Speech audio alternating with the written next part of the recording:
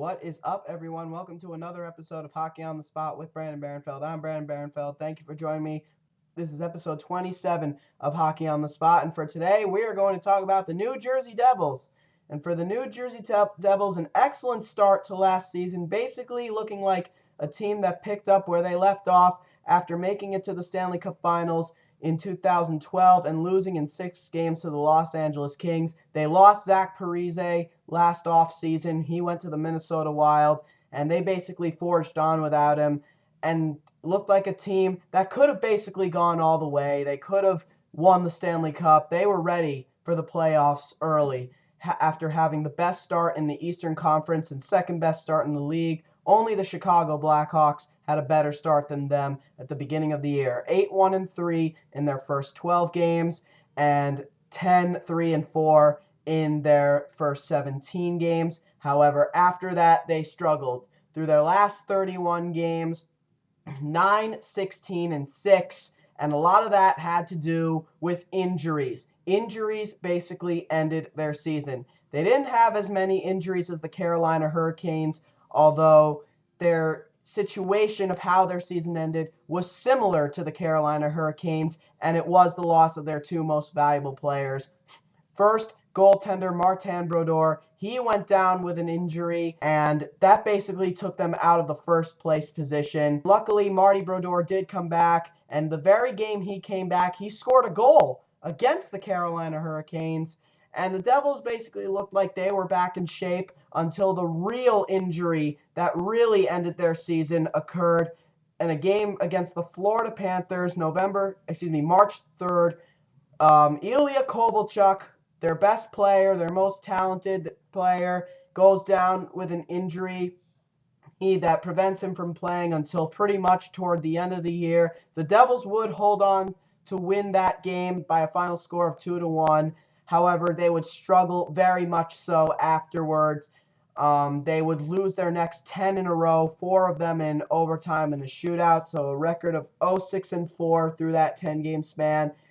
Then the 11th game that Kovalchuk did not play, the final game of his injury, the Devils would win that game by a final score of 3-0 against the Philadelphia Flyers. Kovalchuk comes back, they win a couple games, then lose a couple, and then the very same team that they defeated in the Eastern Conference Finals to go to the Stanley Cup Finals, the New York Rangers, would be the team that would end their 2012-2013 lockout-shortened season by defeating them at the Garden by a final score of 4-1, and the Devils would end their season finishing 11th in the Eastern Conference with a record of 19-19-10 for 48 points, and in the overall league, 22nd in what was a three-way tie for 48 points with the Dallas Stars and the Buffalo Sabres, with the Devils being right in the middle of that three-way tie. The Stars in first and the Sabres in last.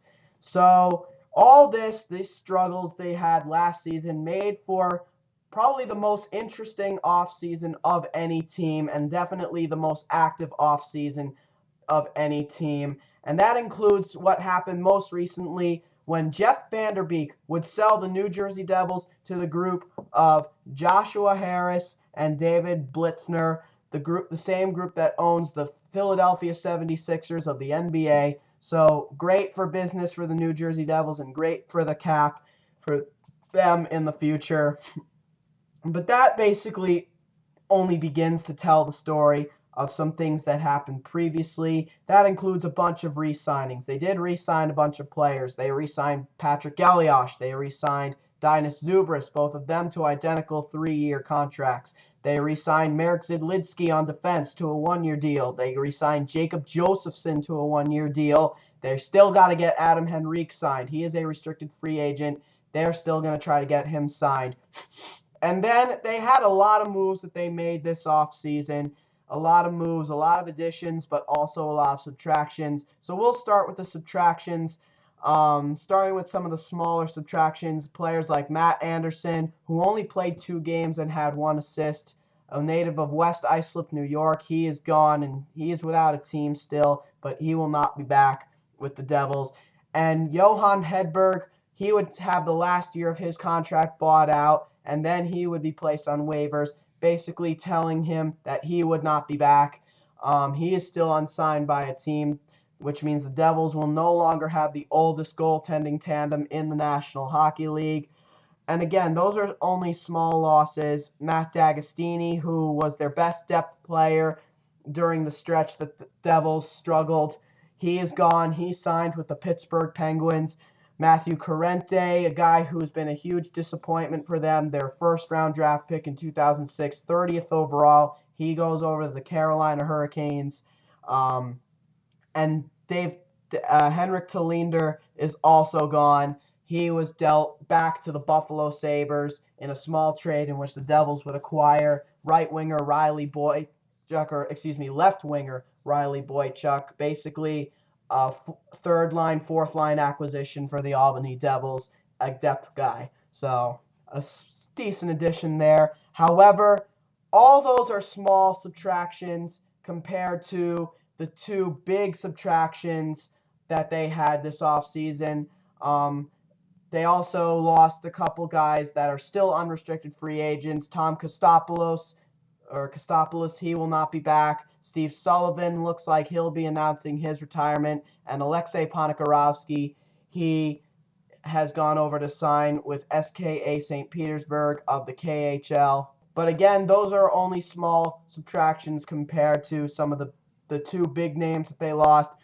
Starting with top six power forward and instigator David Clarkson, a guy who has developed one of the most hated reputations in the National Hockey League today. He goes over to sign a long-term blockbuster deal with the Toronto Maple Leafs. Big loss for the New Jersey Devils. They'll miss his goal scoring. He had a great start to last year. Big reason why they looked like a first-place team at the beginning of the year, but struggled toward the end. He'll look to have a rebound year with the Toronto Maple Leafs, a 30-goal scorer back in 2011-2012. So they'll miss him. They'll miss his penalty killing. They'll miss his forechecking as well. However, the real big loss for the New Jersey Devils this season, and definitely the most shocking, the one that nobody saw coming, right winger / left winger Ilya Kovalchuk, their superstar forward, their most talented player, their most prolific goal scorer, and their quarterback on the power play with that big shot of his, had 12 years remaining on his contract. He decided to announce his retirement from the National Hockey League and sign over with the very same team that Alexei Ponikarovsky signed with, SKA St. Petersburg of the KHL. He signed for 4 years over there, and this is a huge loss for the Devils. Ever since they've acquired him, he hasn't missed a whole lot of games, except of course for the 11 he missed this past year. And in all the combined 3.5 seasons that he's played for them, in the games that he has missed, he's missed a total of 17 games. And the Devils have gone 4-9-4 when he has not been in the lineup ever since his acquisition from the Atlanta Thrashers. So now the Devils will have to get used to life without Ilya Kovalchuk and Zach Parise, for that matter, once again. And that's not going to be an easy challenge for them. For a power play that already wasn't good to begin with, despite his big shot at the point, they've now just got even worse. So this is a very huge loss in many ways. Not only that, but the Devils have to surrender a first-round draft pick in next year's draft for the initial contract that they tried to sign him to in the first place, the 17-year deal that got rejected. And for the next 12 years, they surrender $250,000 in cap space. So short term, this is going to be a big loss. However, in the long term, it's actually going to benefit them. So the Devils fans will get used to it for sure. And because of all these losses, the Devils sought out to make a lot of additions as well. Now, I already talked about the Riley Boychuk one, which isn't much of anything. However, all 5 other players that they got are pretty decent in their own way. Hey, left winger Rostislav Olesh was another smaller one, but a good signing. They signed him for 1 year, coming over from the Chicago Blackhawks. did not play a single game for the Hawks last year, played for the Rockford Ice Hogs all of last year, and only 6 games the previous year. A guy who's had injury problems throughout his whole career and therefore has not lived up to his 7th overall draft status from 2004. He could add some depth for the Devils if he does play. That is, I personally don't think he will play. I see him as more of a 13th forward, but we'll see what happens. And then to replace David Clarkson, they make 2 additions. They bring in Ryan Clough coming over from the arch rival New York Rangers, and Michael Ryder coming over from the Montreal Canadiens. Michael Ryder signed to a 2-year contract. He adds goal scoring. He won't replace what they lost with Ilya Kovalchuk. However, he is a guy who will help them out at least a little bit on the power play, a guy who likes to get in front of the net, a guy with a very good wrist shot.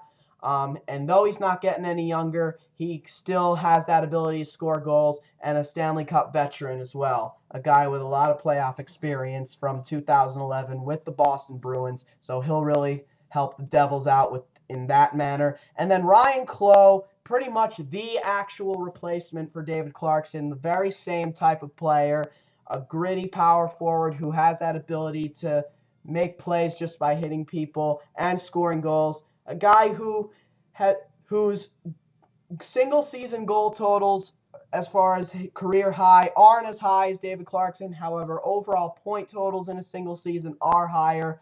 But Ryan Clough had a bad year last year combined with the San Jose Sharks and the New York Rangers. And the contract that the Devils signed him to and the money they're giving him, very, very lengthy. And honestly, it's just like the David Clarkson contract, just like the Tyler Bozak re-signing, and to a lesser extent, just like the Nathan Horton signing in Columbus. I don't like the contract. I like the player going there, but I don't like the contract. It's definitely a New Jersey Devils type player, but the contract is just ridiculous for a guy who did have a bad year last year, only 3 goals the whole year, and missed all but 2 games of the playoffs last year for the New York Rangers. So it definitely could hurt the Devils in the long run, but we'll see. Again, I do think it's a Devil-type player and the perfect replacement for David Clarkson. So we will see what happens. And then the addition that the Devils made to somewhat replace Ilya Kovalchuk, although they know that won't be possible. They brought in 41-year-old Jaromir Jagr, signing him to a 1-year deal coming over from the Boston Bruins. He's pretty much indicated that this is pretty much his last year in the National Hockey League. I think it's a decent signing by the Devils, though, reuniting with his fellow countryman Patrick Elias. They'll definitely hope to be on the top line together and provide some chemistry with each other, and that'll hopefully get Jaromir Jagr going. Still a pretty terrific player at his age. A guy, and probably the strongest player in the National Hockey League for sure. But the only problem now will be, in the big question revolving around Jagr, is if he struggled under the defensive system of the Boston Bruins, what makes us think that he won't struggle under the defensive system of the New Jersey Devils? That'll be the big question here for the New Jersey Devils. But all these signings are small compared to the real big deal that they made. Their first acquisition they made this year, coming at the 2013 NHL entry draft that they hosted.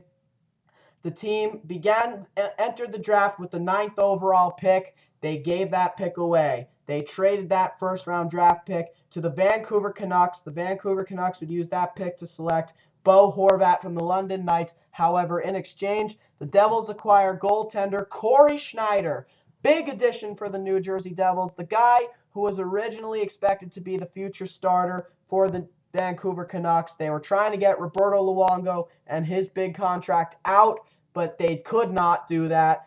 They had signed Cory Schneider to a 3-year extension as an indication of that, but they could not do that, and that's unfortunate for them. And so they had no choice but to trade Schneider and stick with Luongo, and the New Jersey Devils was the team they chose. And this is a good goalie, a butterfly-type goaltender, and a guy who will definitely challenge Marty Brodeur and pressure Brodeur to have an excellent last year in the National Hockey League. And honestly, between the two, I really do believe that Marty Brodeur will be the starter for most of the year, and that this is more of a trade acquisition for next year for the New Jersey Devils. And of course, the acquisition of Schneider was the very reason why Johan Hedberg was bought out. So, which leads us to the big questions for the New Jersey Devils. One of which being, will they get Adam Henrique signed before the beginning of the season? I definitely hope they do. I think he'll be a big part of their team, and hopefully he'll have a comeback year. Again, him and Travis Zajac and Adam Larsson all had rough years last year. Adam Henrique, a Calder Cup finalist from 2012, started the year hurt last year, but when he came back, did not play well. So that'll definitely be a key for the Devils this year. Hopefully, he and Travis Zajac can provide that 1-2 punch at center that they need to happen. Can this team score? That'll be another question. Without Ilya Kovalchuk, without David Clarkson, they lose quite a few goals there. And for one of the worst offensive teams in the NHL, the second fewest goal totals in the National Hockey League. Only the Nashville Predators had fewer. Will that get fixed? Will their defense, which is pretty much the same as last year, minus Henrik Tolinder, will their defense not let up as many goals as it did last year? And of course, who will start in net? Corey Schneider or Marty Brodeur? Like I said earlier, personally, I think it will be Brodeur. And that Schneider's acquisition is more for next year. Now, let's take a look at the top 10 prospects for the Devils. Very, very deep prospect pool. John Merrill, their number 1. Alexander Urban, number 2. Stefan Matteau, their top forward. He's number 3. Alex Jelinek, number 4. 4 guys who all have the potential to make the roster last year. I don't think this prospect pool is as deep as that of the Columbus Blue Jackets, but it is very much deeper, much, much deeper than that of the Carolina Hurricanes, for sure. But the prospect on this list that always caught my eye is their number 5 prospect, center Reid Boucher. And he's not just a center, he's also a right winger and a left winger. He can play any forward position. Led the Ontario Hockey League with 62 goals last year, and this kid has the making of a future star. The 4th round pick in 2011, 99th overall by the Devils.